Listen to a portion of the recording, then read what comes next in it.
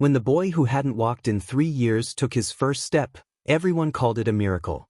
But the woman who made it happen was about to face a past that could destroy everything. The late afternoon sun spilled gold across the polished floors of the Hill residence, bouncing off glass and hardwood like liquid light. Inside, laughter, a rare sound, drifted from the corner of the spacious living room. Caleb Hill, 9 years old, sat in his wheelchair near the piano. His brown curls caught the sunlight as his dark eyes followed the woman in front of him. Elena Ruiz moved barefoot across the floor, her steps light as feathers. Her soft humming filled the silence, the same tune she'd sung every evening since she arrived. Her skirt swayed as she turned, twirling gently, one hand raised as if she could catch the light itself. There was nothing polished about her dance. It was raw, spontaneous, full of warmth. And in that mansion, where every sound used to echo loneliness, her voice had become a heartbeat. Caleb giggled as Elena mimed silly moves, pretending to stumble, wobbling like a toddler learning to walk. He clapped, the sound ringing pure and bright. "Your turn," she said softly, smiling. "Come on, Cale. Let's show these legs what they can do." His smile faltered. His gaze dropped to his feet, still wrapped in soft socks. For 3 years, those legs had refused to move. Not because of any disease, his doctors had said he was fine, but because his heart wasn't ready. The trauma of losing his mother had locked his body in silence. Elena knelt beside him. "Do you trust me?" she asked. Caleb hesitated, then nodded. "Then hold on to the music," she whispered. "It won't let you fall." The song started again, this time slower, deeper. The air seemed to hum with it. Caleb gripped the arms of his wheelchair. His knuckles whitened. And then he pushed. The faint squeak of metal broke the air as the chair shifted. Elena froze mid-step, her eyes widening. Caleb's knees trembled. His body shook. But then he stood. Elena's hands flew to her mouth. She dared not move, dared not breathe. The boy wobbled forward, one step, then another. His voice trembled with wonder. "Miss Elena, I'm walking." Her throat tightened. "You're walking," she whispered back, tears spilling freely now. At the doorway, someone gasped. Dr. Marcus Hill stood frozen, his hands still on the doorknob. For a heartbeat, time stopped.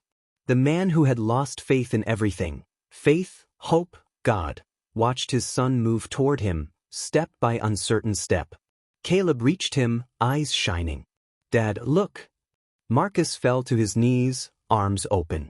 He pulled his son close, burying his face in the boy's curls as sobs broke free, deep, heavy sobs he hadn't let himself feel since the day his wife died. Elena turned away, her face wet with emotion.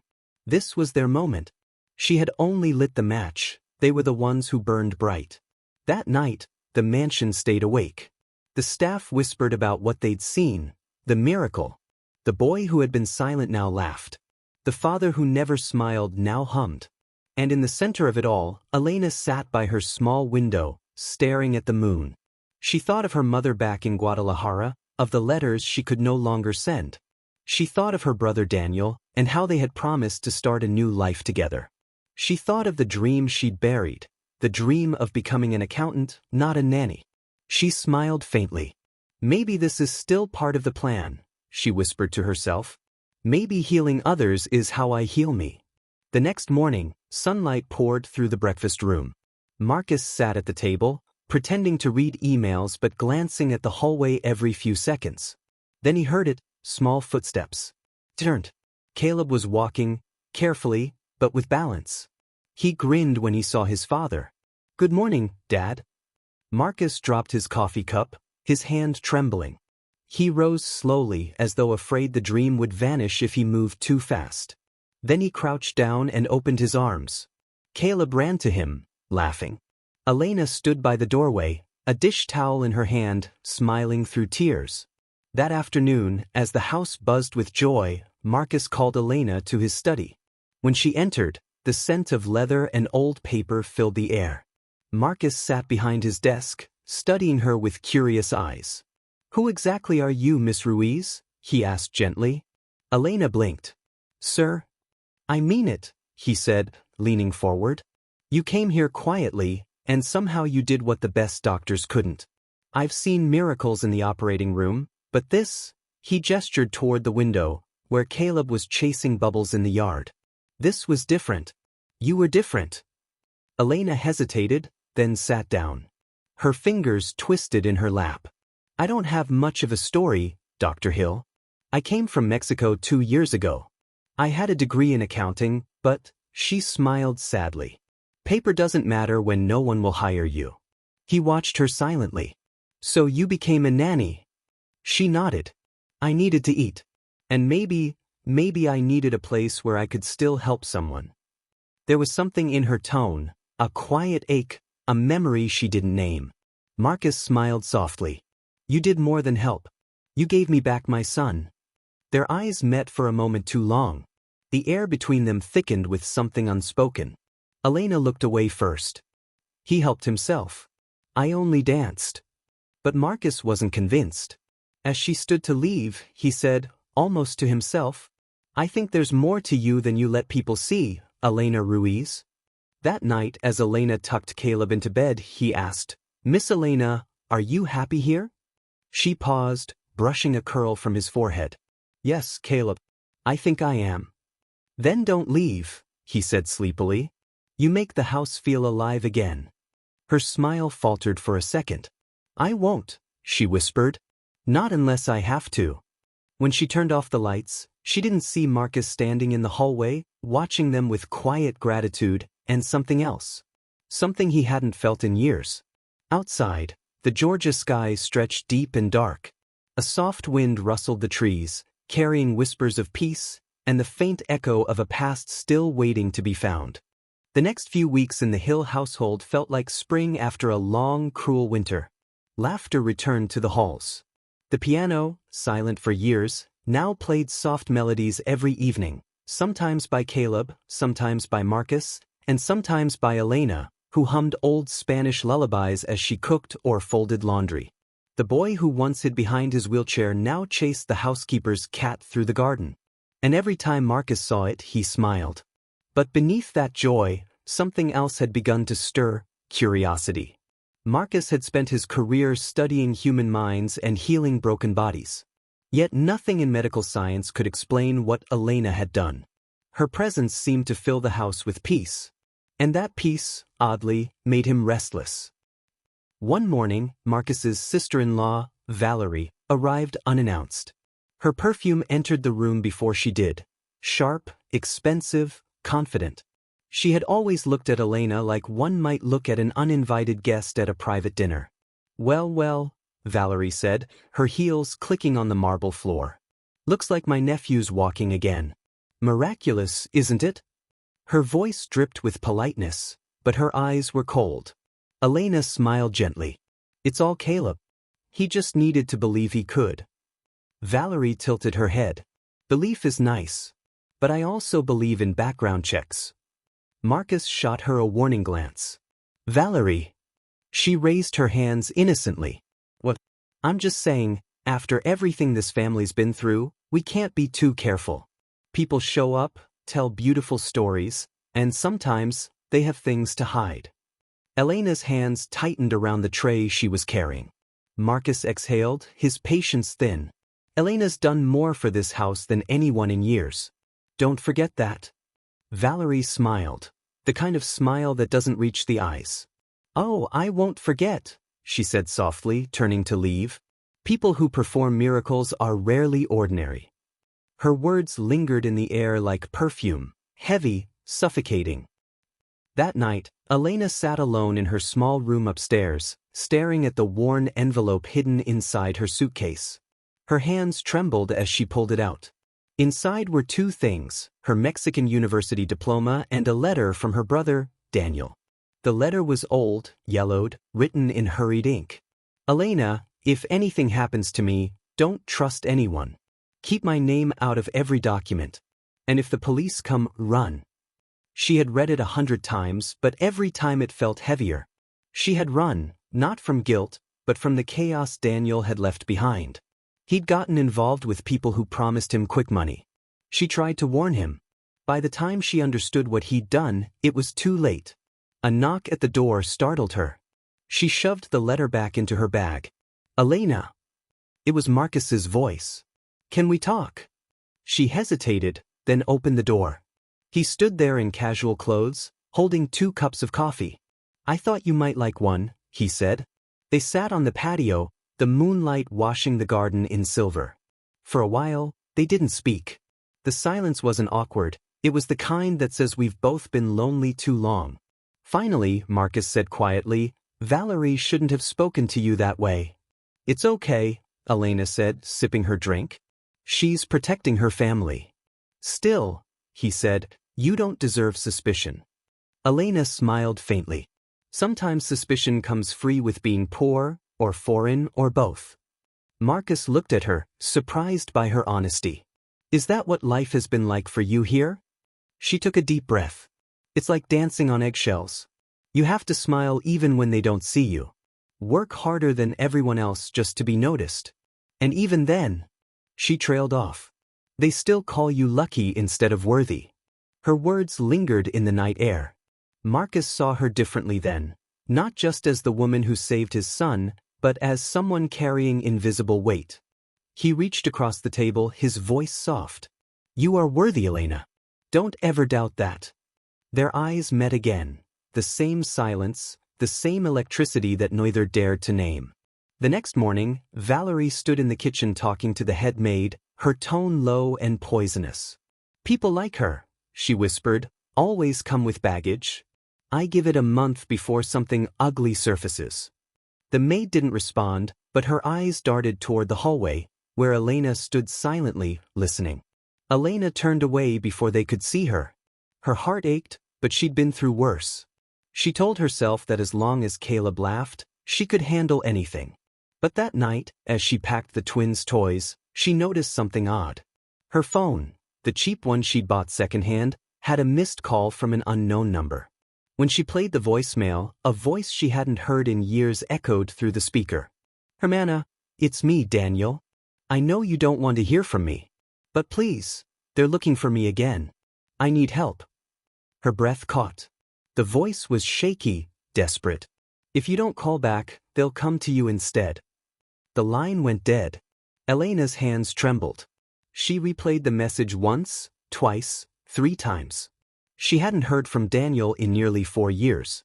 The last time she did, he was in trouble, accused of theft, swearing he was innocent. Now he was back in her life, whether she wanted it or not.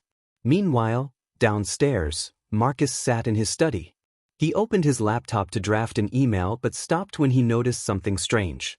One of the hospital's charity fund reports, the one Elena had reviewed, showed a transfer made from an old account. The signature? De Ruiz. He frowned. Probably a clerical mix-up. But the thought lingered. At that exact moment, Elena was upstairs deleting Daniel's voicemail, her hands shaking, whispering a prayer in Spanish. "Por favor, not again. Don't let my past find me here." The night outside was quiet, but inside that house, both hearts stirred with the same uneasy feeling. Something was coming. And neither of them knew yet, it had already begun. Rain whispered against the windows that night, a soft, steady rhythm, like the world breathing in sleep. In the living room, the fireplace crackled gently. Elena sat on the couch with Caleb, helping him practice his reading. He stumbled through the words, his small voice serious. The hero found his strength when he believed in himself. Elena smiled. "Perfect. You see? Heroes aren't born strong. They learn it." Caleb looked up at her. "Like me?" She nodded. "Exactly like you." From the doorway, Marcus watched silently. His son's laughter, that sound he thought he'd lost forever, filled the room again. And every time it did, it echoed inside him, breaking open something he'd locked away for years. When Caleb ran off to show his drawings to the cook, Marcus stepped forward. "Elena," he said quietly. She turned. The firelight touched her face, soft, golden, alive. "Yes." He hesitated, his words catching between gratitude and something deeper. I don't think I've ever thanked you properly." "For Caleb." "For everything." "You don't have to," she said gently. "You already did, every time you smile at him." He chuckled, rubbing the back of his neck. "You make it sound simple." "It is," she said. "Love usually is, until people complicate it." Marcus looked at her for a long moment. The storm outside deepened, wind brushing the windows. Inside, the world seemed to shrink to just the two of them, two souls who had lost everything once, slowly learning to breathe again. In the weeks that followed, their connection deepened naturally, like sunlight finding its way through the cracks. Elena became part of every moment: school meetings, dinners, family game nights. Even the house staff began calling her Missy with affection. Still, she stayed cautious, polite but distant. She reminded herself she was an employee, not family. Yet the truth was harder to ignore each day, especially when Marcus started showing up at the kitchen counter early just to talk to her while she made breakfast. He'd ask about her day, her dreams, her favorite childhood memory. And she'd tell him stories of Guadalajara, how she used to dance barefoot on the roof after her mother's long days of cleaning houses, pretending the stars were stage lights. He'd listen, genuinely, and smile like a man seeing color after years of grayscale. One evening, after a hospital fundraiser, Marcus came home early. He found Elena asleep on the couch, surrounded by spreadsheets and sticky notes. She'd been helping him analyze the charity's financial report. A pencil still rested between her fingers. He stood there for a long moment, watching her breathe. For the first time since his wife's death, he felt peace, not the hollow, quiet kind, but real peace. The kind that comes from knowing someone understands your silence. He picked up a blanket and draped it over her. When she stirred slightly, whispering something in Spanish, he smiled. "Rest, Elena," he murmured. "You've already done enough miracles for one lifetime." By spring, the house had changed completely. Marcus laughed more, worked less. Caleb was thriving. And somewhere between bedtime stories and morning coffees, something unspoken grew between the doctor and the nanny. But fate never lets peace last too long. One afternoon, a courier delivered an envelope to Marcus's office. No return address, just his name written neatly across the front. Inside was a single page. A scanned police report from Mexico City. It listed Elena Ruiz as an accomplice in a 2018 embezzlement case, the same one Daniel Ruiz had been accused in. Marcus stared at the paper, frozen. At first, he told himself it couldn't be true. But at the bottom of the report, a signature leapt out, E. Ruiz. He sat back in his chair, pulse pounding. Who had sent this? But he didn't confront her that night.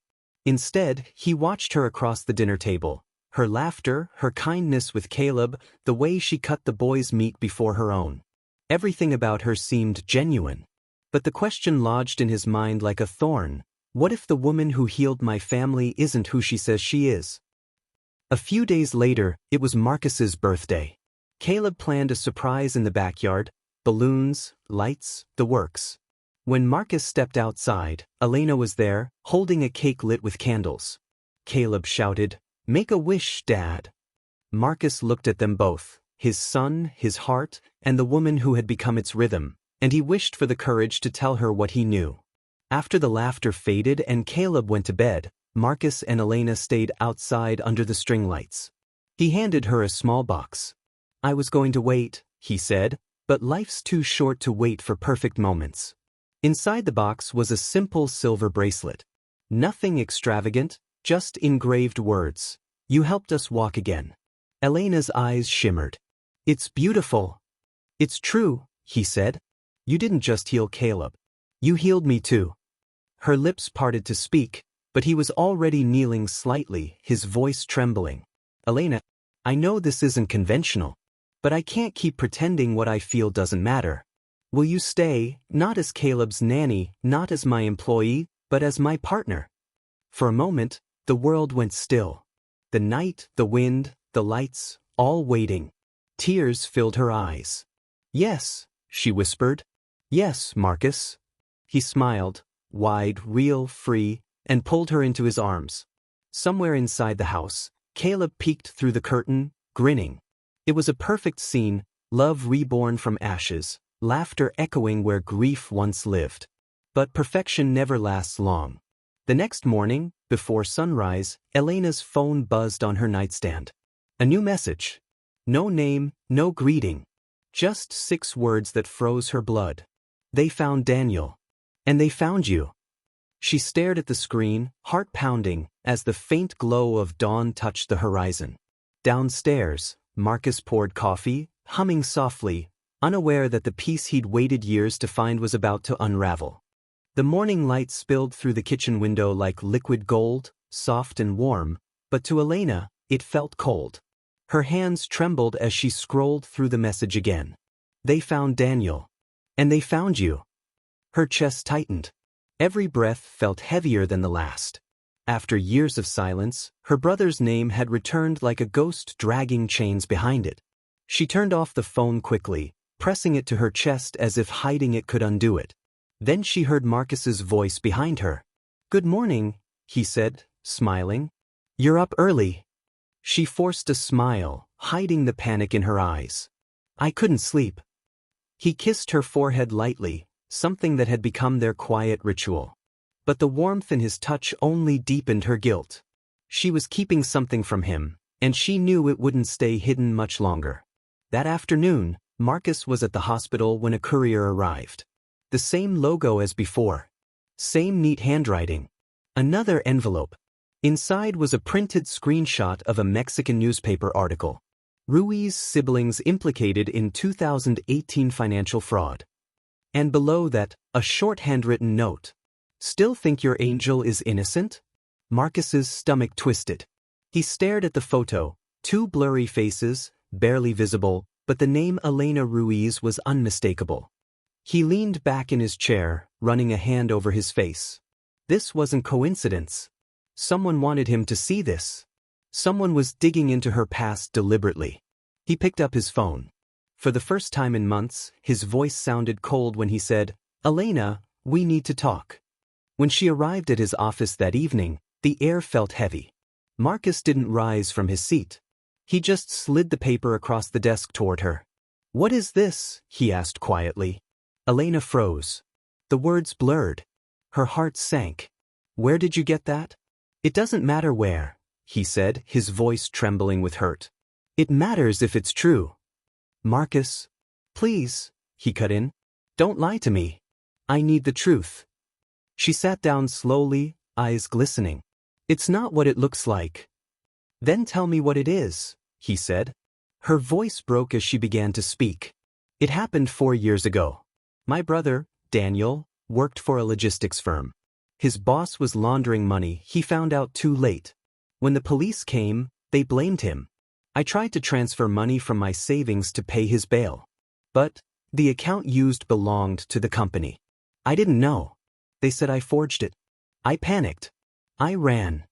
Her words came out in sobs. "I left everything. My degree, my friends, my life. I came here with nothing." Marcus leaned back, silent, eyes searching her face. "Why didn't you tell me?" he asked finally. "Because I was ashamed," she whispered. "Because I didn't want you to look at me like that." He stood, pacing the room. "Elena, do you realize what this means?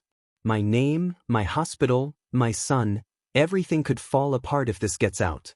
Her tears came faster. "I never meant to hurt you." "I know you didn't," he said, softer now, "but someone else does. And they're coming for you." She nodded. "I think I know who."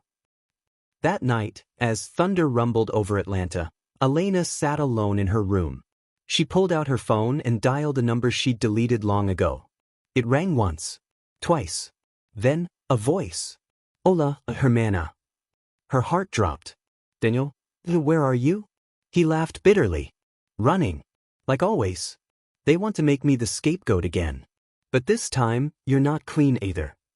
"What are you talking about?" "Someone paid for information, your new address, your husband's name, your visa records. You think they won't use it? You think Marcus will still love you when they call you a criminal?" "Who sent the message?" she demanded. He paused.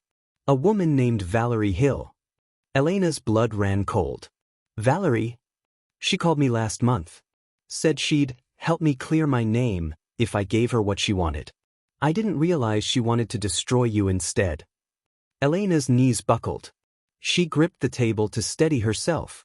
Valerie, Marcus's late wife's sister, the woman who smiled through clenched teeth every time she entered a room. Daniel's voice cracked. "I'm sorry, Hermana. I didn't know she'd go this far." Then the line went dead. Moments later, her phone buzzed again. This time, a new message. "If you don't tell him the truth, I will. Valerie." Elena's heart pounded. She ran downstairs to find Marcus, but he was already on a call, facing the news that would change everything. His assistant had forwarded a link from a gossip blog. Dr. Marcus Hill's fiancée linked to Mexican financial crimes. The post was spreading fast. Screenshots. Hashtags. Speculation. When he looked up, Elena was standing there, pale, shaking, tears streaking her face. "I was coming to tell you," she whispered. "It's already out," he said quietly. Silence. Only the sound of rain against the windows. Caleb appeared at the top of the stairs, sleepy-eyed. "Dad? Miss Elena?" Marcus's voice cracked. "Go back to bed, son." The boy hesitated, confused by the tension in the room. Elena turned away, covering her face. "I'm sorry, Marcus. I swear I didn't do it." "I want to believe you," he said, voice trembling. "But right now, I don't know what's true anymore." Her tears fell harder. "Then let me prove it." "How?" She straightened, strength flickering through her pain. "By finding Daniel before they find me." 2 days later, the story exploded online. The hospital board suspended Marcus pending investigation. Sponsors withdrew. Paparazzi camped outside their gate. Elena went into hiding, not because she was guilty, but because the world had already judged her. She stayed in a motel on the outskirts of town, clutching her rosary, praying for strength. Then one night, a knock came at the door. She opened it and gasped. Marcus stood there, soaked in rain, eyes weary but full of resolve. He held up a flash drive. "This was delivered to my office this morning. It's the company's full financial archive from 2018. Someone mailed it anonymously. Guess whose name isn't in the real transaction logs?" Her breath caught. "Mine." He nodded. "You were innocent all along. Daniel forged your signature. The files prove it." She covered her face, sobbing. "Marcus? I told you." He stepped closer, taking her hands. "You did. And I should have believed you." Then he whispered, "Let's finish this together." The next morning, they stood side by side in front of the media. Marcus spoke first, voice steady. "Yes, there were accusations. But the truth has come out. Elena Ruiz was a victim, not a criminal. She saved my son's life, and now she's helped me find mine again." The cameras flashed, reporters shouted, but none of it mattered. Because in that moment, the world finally saw what he'd seen all along, not a scandal, but a survivor. The morning sun rose over Atlanta with a soft, forgiving glow. The storm had passed, literally and otherwise. The news outlets that once screamed Elena's name like a headline now whispered it like a prayer. The truth had spread. She was innocent. In front of the Hill Medical Foundation, a crowd gathered. Cameras clicked. Microphones pointed. But this time, Elena wasn't the story of scandal. She was the story of survival. Her palms were sweaty, her pulse steady but strong. Marcus stood beside her, holding her hand, his thumb brushing gentle circles on her skin. Caleb, taller now, stood just behind them, pride shining in his eyes.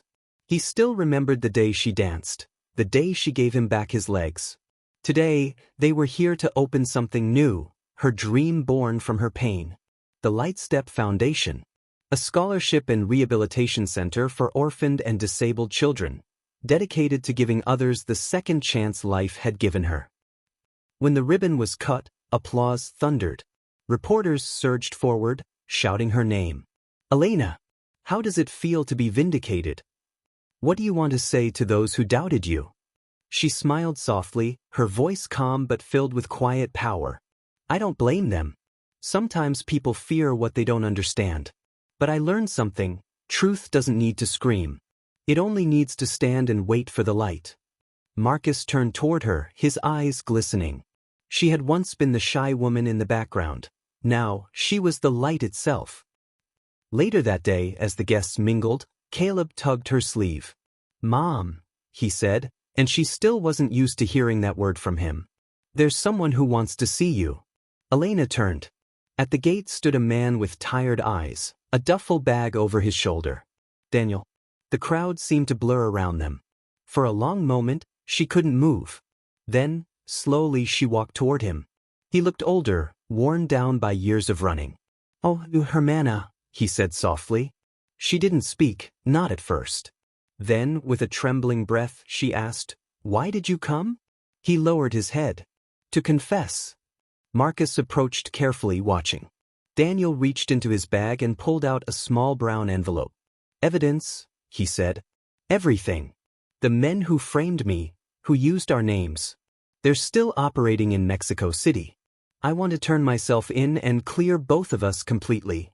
Elena's throat tightened. "Why now?" He looked up, tears in his eyes. "Because you forgave yourself. Now it's my turn." For a long second, neither moved. Then she stepped forward and hugged him. No words, just forgiveness. The cameras caught that moment. The runaway brother and the woman who chose love over vengeance. The image went viral within hours. Not as a scandal, but as a symbol of healing. That evening, when the last guest had left, the house felt still. The kind of peaceful stillness that comes only after a storm. Elena stood on the balcony, watching the sunset drape gold across the city skyline. Marcus joined her, wrapping his arms around her waist. "You did it," he whispered. She smiled faintly. "No. We did it." He chuckled. "You know, I never thought a nanny from Mexico would end up teaching me how to fight for truth." She turned, teasing, "And I never thought a doctor would end up learning how to dance." He laughed softly. "You saved my son. Then you saved me." She shook her head. "You gave me something even greater, the chance to believe again." They stood in silence for a moment, the city lights flickering below like stars. Then Caleb's voice echoed from inside, "Mom. Dad. You have to see this." They turned. On the living room TV, a news anchor spoke excitedly. And in international news, the Lightstep Foundation, founded by Elena Ruiz Hill, has announced a new partnership with UNICEF, providing rehabilitation support to over 500 children across Latin America. Marcus grinned. "Looks like you've gone global." Elena laughed softly. "I only ever wanted to help one child. Now I guess the world is giving me a few more." Weeks later, they flew to Mexico City for the first official Lightstep outreach. The plane touched down gently, and as they stepped out, Elena looked across the tarmac, her homeland, her scars, her redemption. She whispered a prayer under her breath. For every child who was ever told they couldn't. The event was held in a restored orphanage near her old town. Children in wheelchairs, on crutches, with braces, all gathered to meet her. One little girl, no older than 8, looked up shyly. "Are you really the lady who made a boy walk again?" Elena knelt down, smiling warmly. "No, Carino. He walked because he believed he could." The girl blinked. "Will you dance for us too?" Elena glanced at Marcus, who was already grinning. "Go on," he mouthed. So she did. She slipped off her shoes, stepped barefoot onto the smooth floor, and let the music carry her, the same gentle rhythm she once hummed for Caleb. The same dance that had sparked everything. The children clapped. The music rose. And in the crowd, a boy with leg braces slowly stood up, taking one step, then another. Gasps echoed through the hall. Elena froze, tears flooding her eyes. It was happening again. Another miracle. Marcus's voice trembled behind her. "You still think it's just dancing?" She smiled through her tears. "No, it's faith." That night, as they boarded their flight home, Elena looked out the window. The lights of Mexico shimmered below. The city that had once been her prison now looked like a promise. Marcus squeezed her hand. "What are you thinking?" She turned to him, eyes glowing. "That maybe every broken story has a chance to walk again. You just have to find the courage to take the first step." He smiled, resting his forehead against hers. "And you, my love, were born to help the world walk." The engines roared softly, lifting them into the sky. Below them, the city of her past faded into a patchwork of gold and silver. Ahead, the clouds opened like a curtain, and the sun broke through. And for the first time in her life, Elena Ruiz Hill truly felt it. She was walking into the light,